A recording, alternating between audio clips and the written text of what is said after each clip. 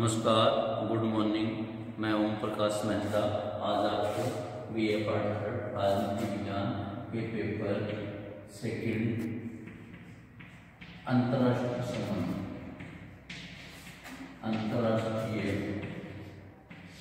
संबंध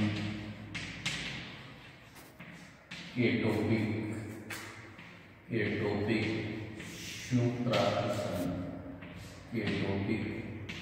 संयुक्त राष्ट्र संघ के बारे में अध्यापन करवाऊंगा। पहले संयुक्त राष्ट्र संघ के बारे में आज तक जो हमने अध्ययन किया है, किन किन अंगों का अध्ययन किया है।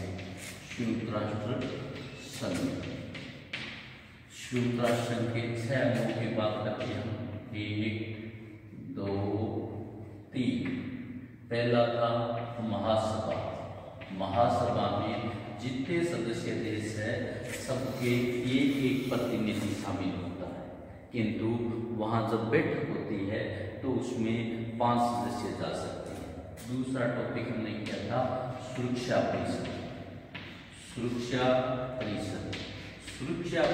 में सदस्यों की संख्या 15 है, जिसमें 5 स्थायी है, 10 अस्थायी है।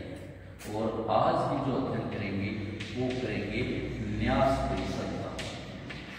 न्यास परिषद क्या है? अब बात करते हैं हम न्यास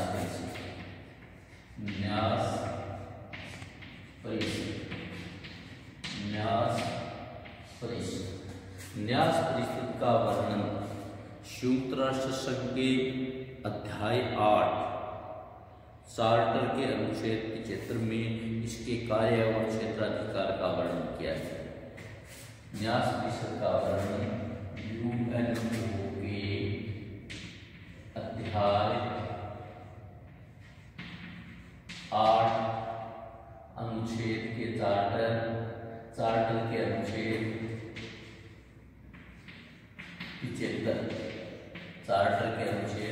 75 में संयुक्त राष्ट्र संघ की न्यास परिषद का उल्लेख किया गया है। संयुक्त राष्ट्र संघ की न्यास परिषद की बात की गई है। इसमें न्यास परिषद के अधिकार, न्यास परिषद प्रदेशों की प्रशासन, नियंत्रण, एक अंतर्राष्ट्रीय न्यास परिषद स्थापित करेगा। यानी जो न्यास परिषद दूसरे देशों के उपनिवेश थे, सीधी सी बात ये है, उपनिवेश थे, उनका प्रशासन कैसे होगा, उनके समझौते द्वारा प्रतिपादन होता है। न्यास परिषद सिद्धांत का उद्भव पहले बात करते हैं हम। न्यास परिषद का उद्भव। न्यास परिषद का उद्भव कैसे हुआ? न्यास परिषद किस प्रकार से बनाई गई, किस प्रकार से जरूरत हुई, किस प्रकार से आवश्यकता हुई? यूरोपीय उपनिवेशीय राष्ट्रों ने 20वीं शताब्दी के पूर्वार्ध तक यूरोप के जितने देश थे, यूरोप के देशों ने एशिया,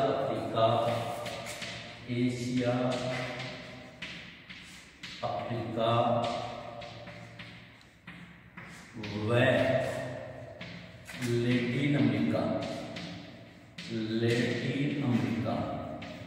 3 महाद्वीपों के देशों में यूरोप के राष्ट्रों ने क्रूरतापूर्वक शासन किया था। इन पराधीन क्षेत्रों के लोगों ने तरह तरह के अन्यायपूर्ण कार्य किए थे, व्यवहार किया था। 20वीं शताब्दी के पूर्वार्ध तक इन पराधीन देशों के लोगों ने अपने अपने क्षेत्रों में आत्मनिर्णय के अधिकार मांग की थी, और आत्मनिर्णय के अधिकार के मांग के लिए उन्होंने स्वशासन के लिए मुक्ति आंदोलन शुरू की थी। वर्साया की संधि के पश्चात इस धारणा में आमूल परिवर्तन हुआ। वर्साया की संधि हुई, उसके बाद विश्व युद्ध के बाद वर्साया की संधि हुई। जो पूर्व में उपनिवेश थे उन देशों ने स्वशासन की मांग अन्यायपूर्ण व्यवहार के कारण की, स्वशासन की मांग की। तो ये स्वशासन की मांग 20वीं सदी के पूर्वार्ध में हो रही थी, किंतु वर्साया की संधि की धारणा के बाद ये जो धारणा थी, स्वशासन की मांग थी, इसमें आमूल परिवर्तन आया। उपनिवेशवादी केवल साम्राज्यवादी उपनिवेशवादी शक्तियों के हित के लिए विद्यमान है। सिद्धांत रूप में यह कहा जाने लगा कि उपनिवेशों की अंततः स्वशासन प्रदान किया जाएगा, अंततः स्वशासन प्रदान किया जाएगा। प्रथम युद्ध के बाद राष्ट्रसंघ की मेडेटेन पद्धति इस सिद्धांत पर आधारित थी। मेडेटेन पद्धति यानी प्रथम युद्ध के बाद मेडेटेन पद्धति इस सिद्धांत पर आधारित थी। न्यास परिषद, राष्ट्रसंघ की जो मेडेटेन पद्धति थी वो न्यास परिषद के सिद्धांत पर आधारित थी। और इस दौरान द्वितीय विश्व युद्ध चल ही रहा था कि मित्र राष्ट्रों ने आत्मनिर्णय के सिद्धांत का उद्घोष किया। जो मित्र राष्ट्र थे उन्होंने किसका सिद्धांत किया? आत्मनिर्णय। अब आत्मनिर्णय कैसे दिया जाए, आत्मनिर्णय कैसे? आत्मनिर्णय सिद्धांत का उद्घोष किया। ये सर्वविदित है कि द्वितीय विश्व युद्ध के दौरान एक और पश्चिमी यूरोप के अधिकांश एशियाई उपनिवेश पर जापान ने अधिकार कर लिया। जो द्वितीय विश्व युद्ध हुआ था उस दौरान क्या था, जो देश जो पूर्व में देश यूरोप के अधीन थे उन देशों पर जापान ने अधिकार कर लिया। पूर्वी एशिया तथा प्रशांत महासागर पर भी विजय प्राप्त कर ली, जिससे संयुक्त राष्ट्र संघ चिंतित हो गया। दूसरी ओर ऐसी परिस्थितियों में अमेरिका के भी पराधीन क्षेत्रों को स्वाधीनता का आश्वासन देना अति आवश्यक हो गया।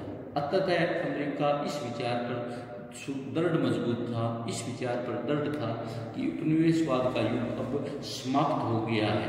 अमेरिकी राष्ट्रपति रूजवेल्ट ने पराधीन जो राष्ट्र थे जिनको आत्मनिर्णय देने के अधिकार का समर्थन दिया, परंतु ब्रिटेन के जो प्रधानमंत्री थे चर्चिल साम्राज्यवाद का शंख फूंकते रहे। उपनिवेशवाद के उन्मूलन के मार्ग में अमेरिका पीछे नहीं हटा। जब संयुक्त राष्ट्र का प्रारूप तैयार हो रहा था तब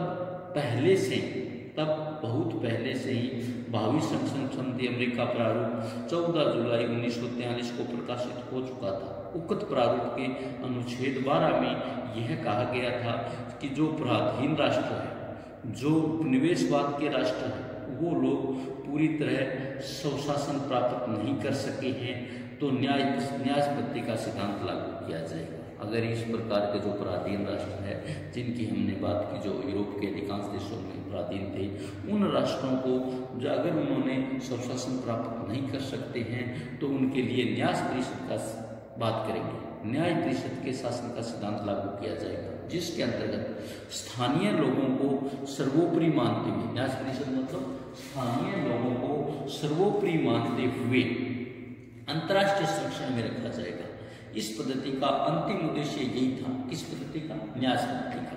न्यास पद्धति का अंतिम उद्देश्य यही था कि इन पराधीन क्षेत्र के लोगों को राजनीतिक परिपक्वता प्राप्त कर सकेंगे और आगे चलकर अपने शासन का भार खुद पर वहन करेंगे। ये थी हमारी न्यास परिषद का उद्भव। नेक्स्ट आता है न्यास परिषद के उद्देश्य।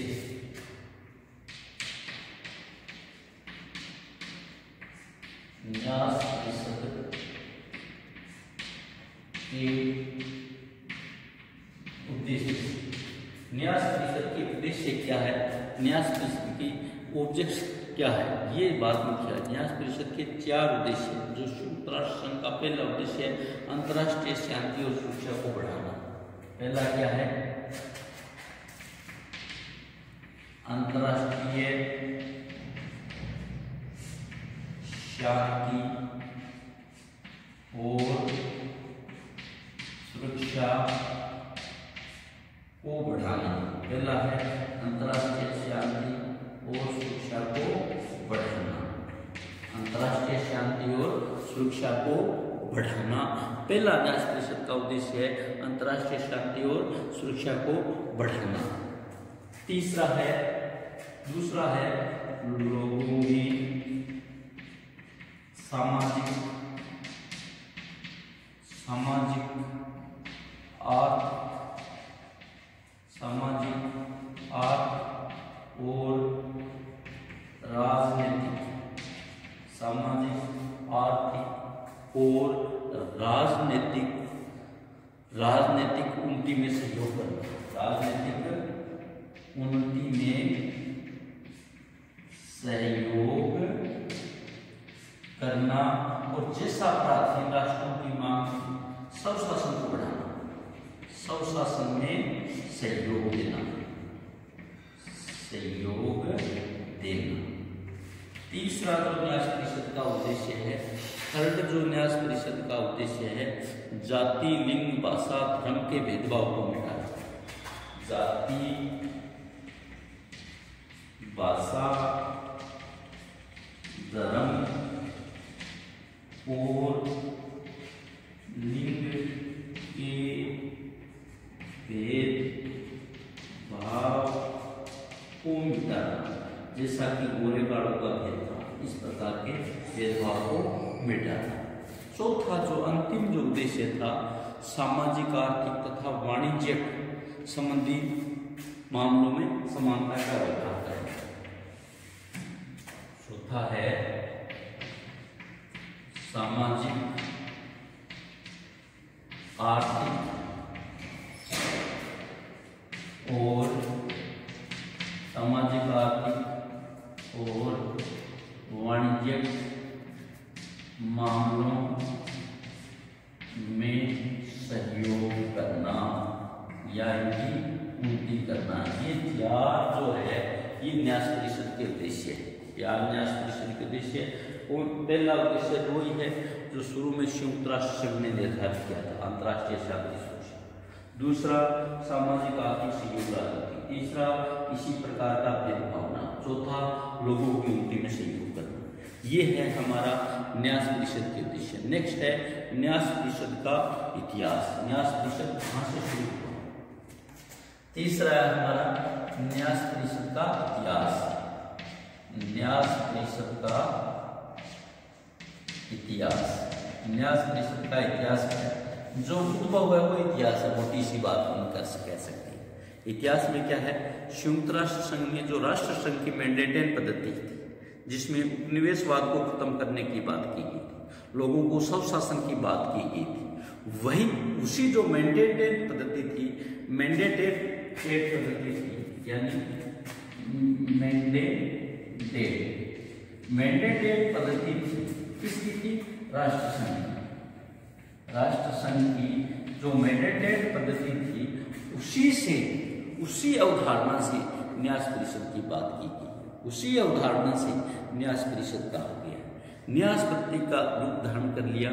इसके संचालन के लिए न्यास समिति का निर्माण किया गया और मैंडेटन की भांति ही न्यास व्यवस्था को विभिन्न शक्तियों में समझौते का परिणाम थी। न्यास पद्धति का मूल सिद्धांत यह है कि इस समय कुछ पिछड़े हुए, अलग पिछड़े, आदिम दशा वाले प्रदेशों को निवासी इस योग्य नहीं है कि अपने देश का शासन स्वयं कर सके। इसलिए न्यास पद्धति उनको भाग्य विधाता बन जाए, उनके लिए सलाहकार बन जाए, उनको इस बात के लिए प्रिपेयर कर दे, उनको शासन चलाने के लिए प्रिपेयर कर दे और शासन गुण मजबूत कर दे। तो इन्हें दूसरे विकसित राष्ट्र तथा अन्य देशों के सहयोग अपेक्षित था। सभ्य देशों का यह दायित्व है, जो विकसित देश है उनका दायित्व है कि उनके विकास में पूरी सहायता करें। जब तक उनका शासन करने में समर्थ नहीं हो सकते, तब तक इनके हितों को देखभाल, इन्हें न्यास तथा अमानत समझते हुए करें। इनका अपने स्वार्थों के लिए शोषण न करें। इन शक्तियों द्वारा यह संयुक्त राष्ट्र के नियंत्रण में होना चाहिए। संयुक्त राष्ट्र की जो मैंडेटन पद्धति थी वो जर्मनी, तुर्की आदि के साम्राज्यवाद से पीड़ित देशों के लिए थी। जो मैंडेटन पद्धति थी उसमें दो देश थे, जर्मनी, तुर्की, और कुछ देशों के साम्राज्यवाद से पीड़ित थी, उनके लिए थी। किंतु संयुक्त राष्ट्र संघ की जो न्यास पद्धति है, यह पद्धति उपनिवेशवाद तथा साम्राज्यवाद से पराधीन राष्ट्रों के लिए। नेक्स्ट है न्यास पद्धति के प्रदेश। न्यास पद्धति के प्रदेश। न्यास पद्धति के प्रदेश कौन कौन से थे? उपनिवेश वाले देश कौन कौन से थे? इसकी बात हम यहाँ करेंगे। न्यास पद्धति में दो प्रकार के देश थे। एक तो पराधीन राष्ट्र थे। पराधीन राष्ट्र, दो प्रकार के पराधीन राष्ट्र थे।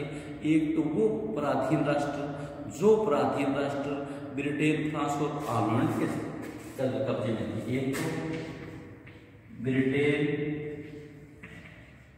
France, Poland, Britain, France, Poland के कब्जे वाले देश थे। ब्रिटेन, फ्रांस, पोलैंड के उपनिवेशवादी देश थे। इन्हें ये जो उपनिवेश वाले देश थे ये यशवर्ती थे, साम्राज्य के विभिन्न प्रदेश थे। इन्हें स्वशासन न करने वाले प्रदेश कहा जाता है। इन प्रदेशों में चार्टर में केवल सामान्य सिद्धांतों का वर्णन है। इन पर शासन करने वाली शक्तियों का संघ है जिसके अतिरिक्त कोई नियंत्रण नहीं है। इसके लिए वो संबंध में सूचनाएं संघ को दे। दूसरे जो थे न्यास प्रदेश, दूसरे थे न्यास प्रदेश। एक तो थे वो ब्रिटेन, फ्रांस और हॉलैंड के अधीन देश,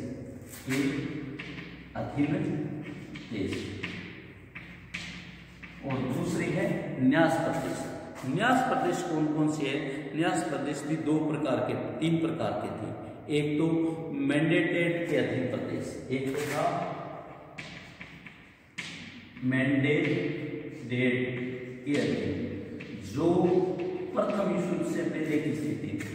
एक तो वो जो मैंडेटेड के अधीन प्रदेश जो प्रथम विश्व के पहले से, दूसरा है द्वितीय विश्व युद्ध के परिणाम स्वरूप शत्रु राज्यों से छीने गए प्रदेश।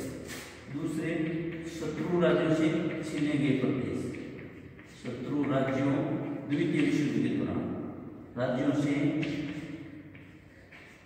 छीने गए प्रदेश जो मित्र राष्ट्रों ने छीन लिए। तीसरा न्यास प्रदेश में तीसरा है कि अपनी इच्छा से महाशक्तियों द्वारा सौंपे गए प्रदेश, अपनी इच्छा से महाशक्तियों को सौंपे गए प्रदेश। यानी इसमें दो प्रकार के प्रदेश हैं। एक तो ब्रिटेन, फ्रांस के पोलैंड के अधीन प्रदेश था। दूसरा न्यास प्रदेश में संयुक्त राष्ट्र से पहले वाला मित्र राष्ट्रों और शत्रु राष्ट्रों को युद्ध हुआ था। शत्रु राष्ट्रों से मित्र राष्ट्रों ने जो विजय प्राप्त की थी वो प्रदेश, और एक जो अपनी इच्छा अनुसार महाशक्तियों को सौंपे गए थे। ये न्यास परिषद के प्रदेश थे, न्यास परिषद के सदस्य थे। नेक्स्ट बात करते हैं हम न्यास परिषद का संगठन। न्यास परिषद का संगठन, न्यास परिषद का संगठन।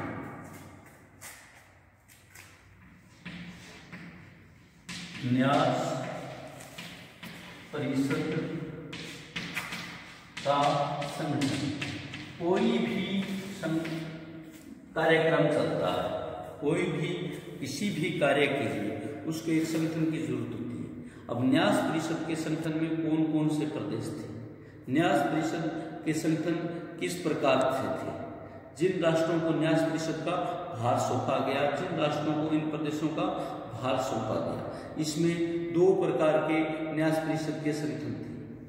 तीन प्रकार के न्यास परिषद के संगठन थे। न्यास परिषद का संगठन निम्न प्रकार है।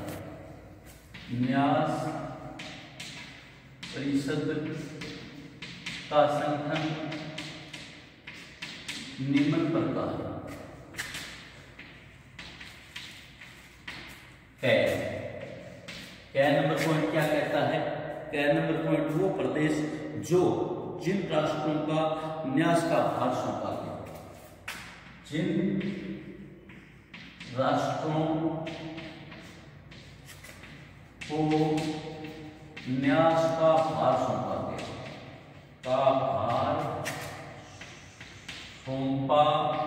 गया, एक तो वो प्रदेश, एक तो वो देश जिन राष्ट्रों को न्यास का भार सौंपा गया। इसमें कौन कौन थे? ऑस्ट्रेलिया, न्यूजीलैंड, अमेरिका और ब्रिटेन। दूसरा सुरक्षा परिषद के स्थायी सदस्य, सुरक्षा 5 जो देश थे सुरक्षा परिषद के स्थायी सदस्य। दूसरे इसके संगठन में वो लोग थे, वो देश थे जो सुरक्षा परिषद के स्थायी सदस्य थे। तीसरा दूसरे सदस्य जिनके प्रदेशों का शासन प्रबंध चलाने और न चलाने के बीच समान विभाजन पर्याप्त है। दूसरे प्रदेशों का शासन चलाने या न चलाने वाले प्रदेश। मोटे तौर पर संयुक्त राष्ट्र संघ के सभी देश, मोटे तौर पर संयुक्त राष्ट्र संघ के सभी देश। तो इस प्रकार से हम बात कर रहे हैं न्यास परिषद के संगठन की। न्यास परिषद के विभिन्न प्रकार के संगठनों की बात की गई है, जिन संगठनों का न्यास का भार सौंपा गया। सुरक्षा परिषद के स्थायी सदस्य दूसरे प्रदेशों को शासन चलाने और न चलाने वाले प्रदेश। नेक्स्ट जो टॉपिक है, नेक्स्ट है हमारा न्यास परिषद के कार्य। न्यास परिषद के कार्य कौन कौन से हैं, इस बारे में हम अध्ययन करते हैं।